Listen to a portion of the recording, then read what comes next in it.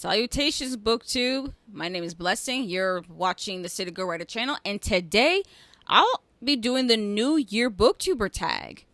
Now, this is actually a very new tag created by Jessen from Jessen Reads Romance. I just stumbled upon this video on YouTube, I think like November, December, and I'm just like, I want to do this tag. And I think it was just created like last year. So like, why not? I wanted to try it, and here I am doing it. I have the trusty dandy bullet journal here with all the questions. So let's just get into it, all right? Question 1.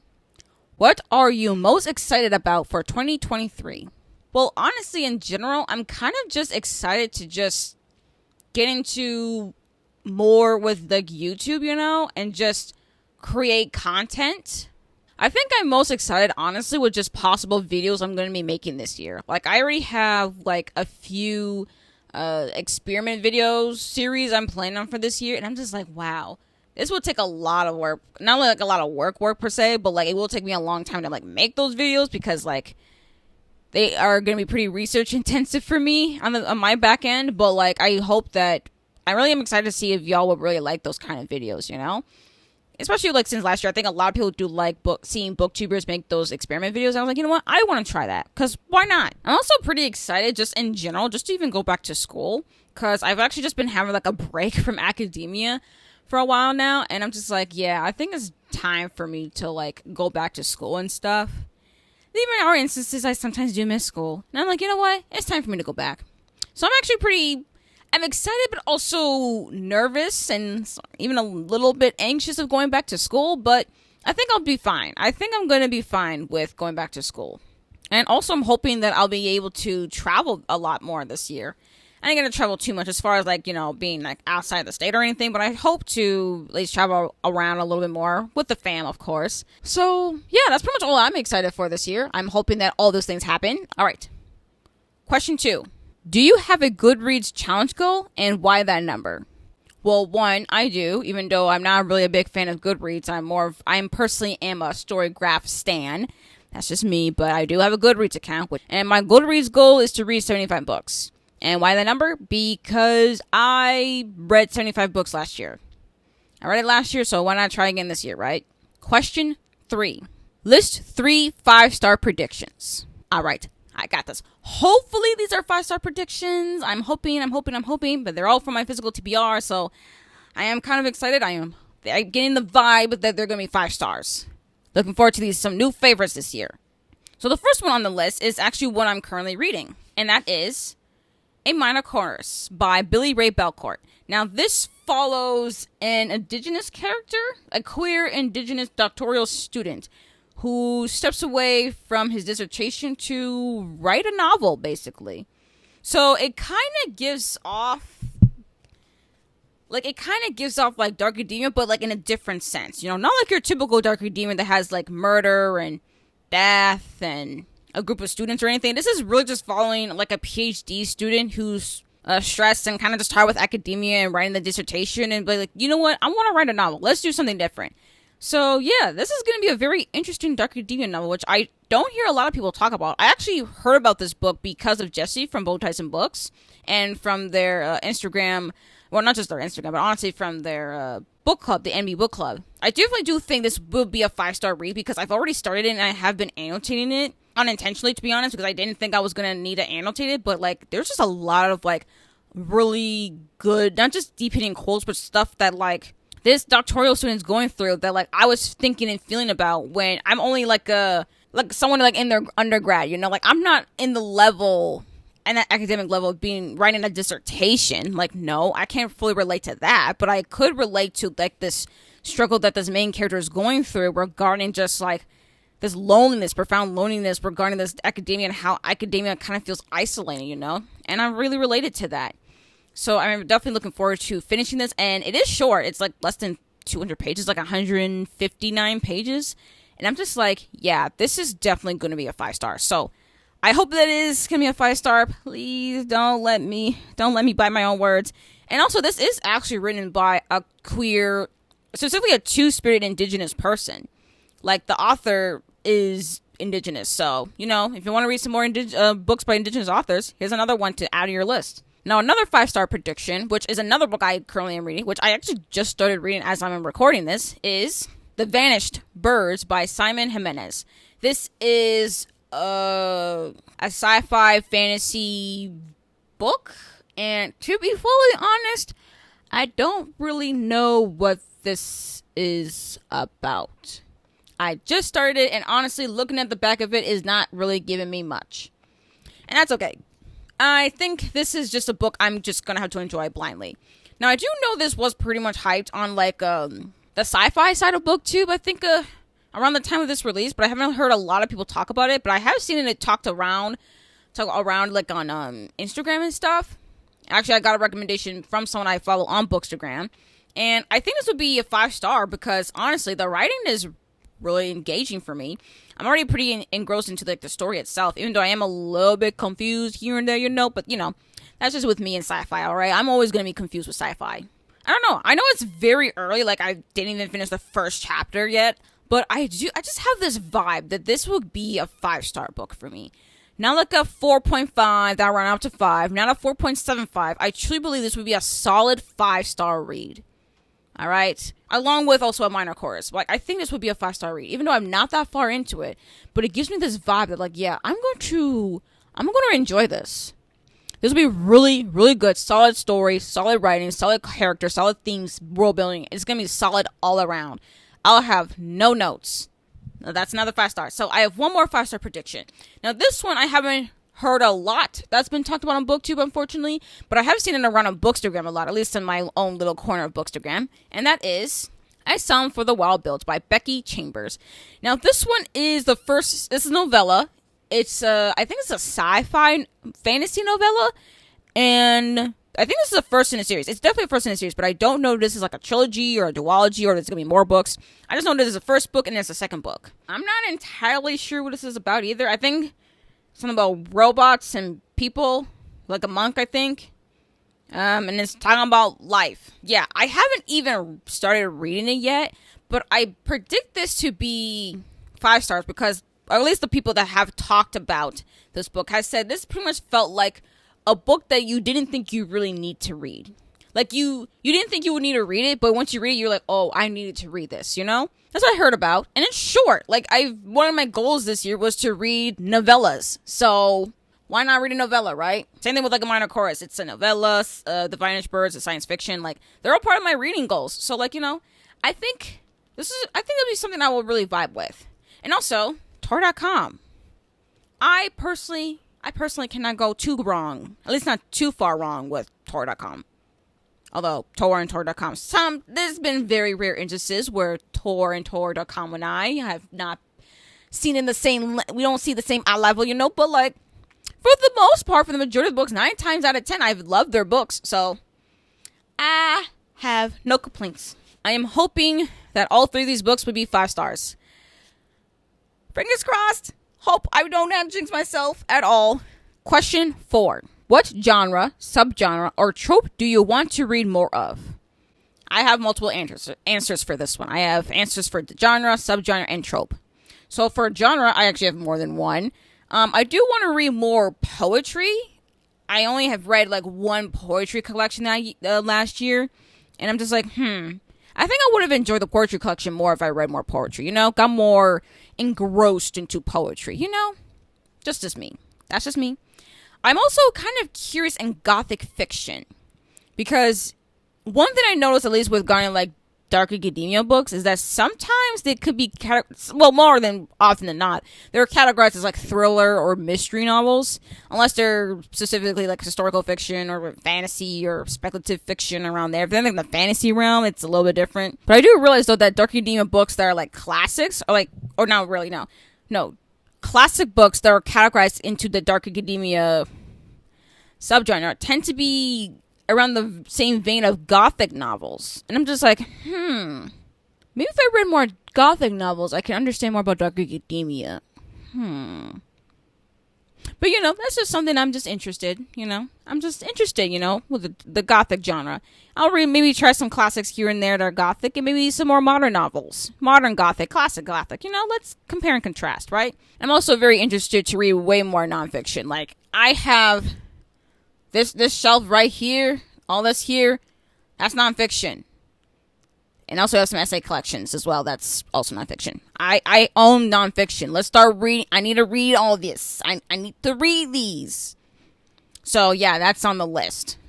I need to get through them. I don't know if I'll get through all of them, but they need to be read. Now, as far as subgenre, I definitely want to read more YA fantasy, or just, like, YA fantasy, YA sci-fi, because, like, I just don't understand. Like, I used to really love YA fantasy, but as time went on, I started to care less and less for YA fantasy. And I'm just like, I want to do better just for myself.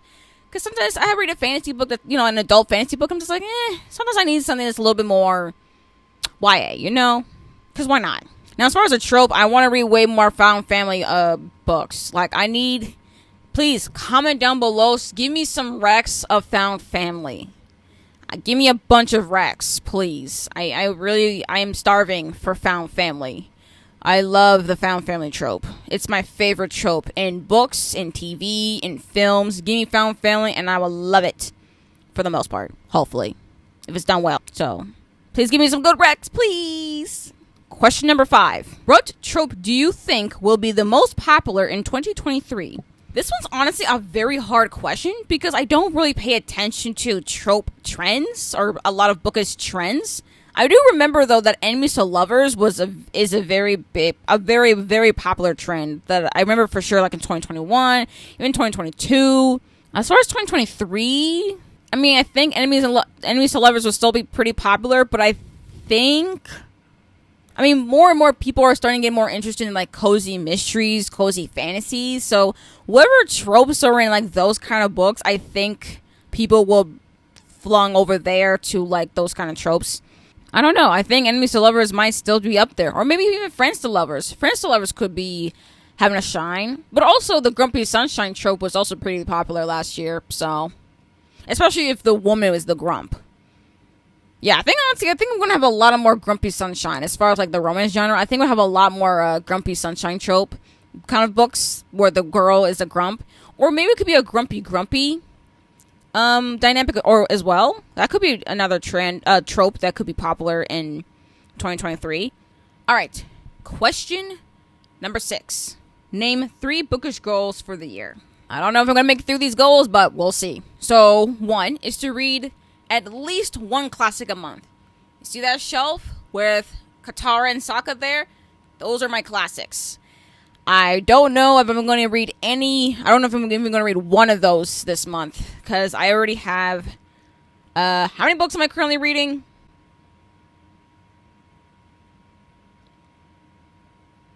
Currently it's 5, but we're about to be having 6. So yeah, I'm already currently reading a lot of books. I don't know which ones I'm going to finish. And I don't know which ones I'm going to DNF. But for the most part, I'm already currently reading 5, about to be 6, so yep.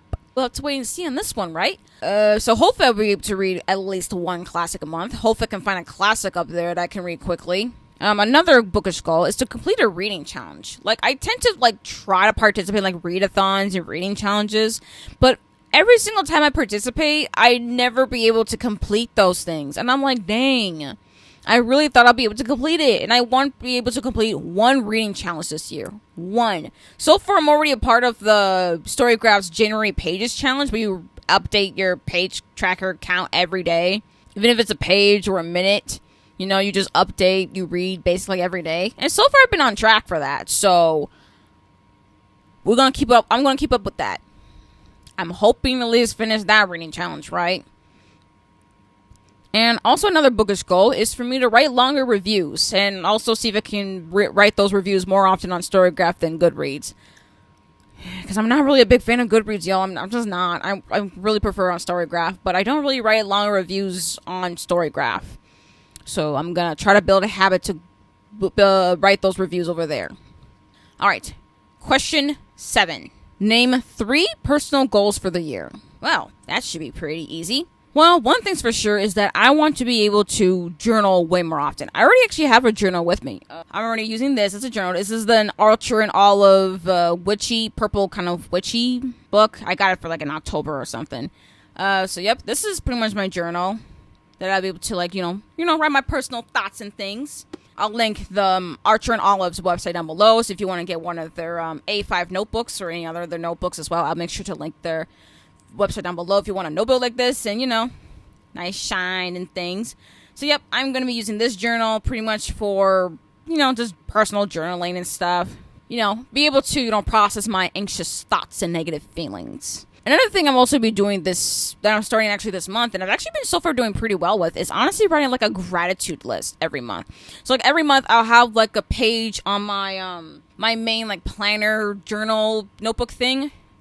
This one, created by the Amanda Rachel Lee. I'll also link down below her website. She also has a YouTube channel, which honestly y'all really should, if y'all into like bullet journal videos and stuff like that and doodling, I highly recommend y'all to like watch her videos and stuff. And this is the 2023 doodle planner, and in this planner I have like just a random blank page where I pretty much just like write like gratitude, you know, things I'm thankful for, whether it's just something small. It could be something like, oh, I remembered to take out the trash today and do the dishes, or oh, look at that, I finally sorted out the laundry, or look at that, I actually was able to control my book buying impulses, you know, things like that. And that's why I'm using this planner for. Of course, some, you know, some day-to-day stuff as well, but I'm also using this more often. And also, don't want to talk more back on like the reviews and stuff, the writing long reviews. I'm also using the A Clockwork Reader reading journal created by Hannah from A Clockwork Reader, and I've pretty much been using this so far, honestly, to like write down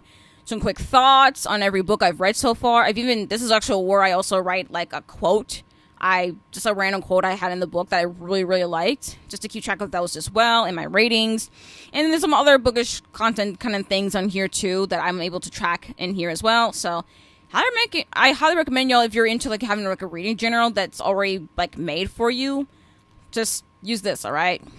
Highly recommend it. I'll make sure to link all that stuff down below. And now, the final question. Question number 8. What do you want to leave behind in 2022? Well, honestly, there are a few things I really want to leave behind.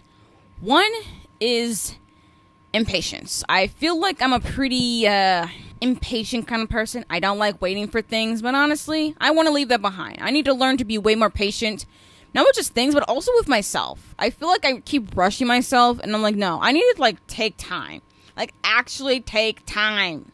You know, stop trying to be so impulsive, which is also another thing, too, is to leave my impulsiveness behind, or at least as much of it I can behind. Because, like, why on earth would I rush myself to do things when I can literally take my time? And also, I want to, like, leave behind my ability to be really quick with negative and anxious thoughts. I want to leave it behind, well, as much of it as I can, because, well, you know, those anxious and negative thoughts are going to come. But I want to be able to better handle that, you know? And another thing, too, is to stop limiting my own potential. Like, stop thinking to myself that, oh, I won't be able to do this because I'm not that good at it. Or, oh, why would I do something like this when, like, the only best I can do is this? Like, I could do this, but I'm thinking I can only do here. And I'm like, why limit that for myself? Why limit my own potential for greatness? I have to do better. That's unacceptable. So yeah, that's honestly all the questions for the New Year BookTuber Tag. Thank you, Jessen from Jessen Reads Romance. I'll make sure to tag them and also link their channel and also link the video, their original video as well. I don't really know who to tag for this kind of book tag, but honestly, if you're just interested in it, do it. I also will make sure to write down the questions down below so that, you know, you can just screenshot or write it down or something of all the questions. Thank you again for coming onto this channel. As I am recording, HarperCollins Union is still on strike since November 10th. I don't know what's going on with HarperCollins. Why is the HarperCollins Union still on strike? It's been 2 months. It's been over 2 months now. Come on. Come on. So please, if y'all love their books, if you love any of the books that have been unionized under HarperCollins, I highly recommend y'all looking into their link tree, which I'll link down below. Buying of their books, link down below. All the way so you can support them. I also link down below my link tree so y'all can support me by following my social media, as far as my Instagram, Twitter, Goodreads, Storygraph, Letterboxd, all the things. Yes, I hope y'all have a great day in January, and I hope to also see you all in my next video. Bye.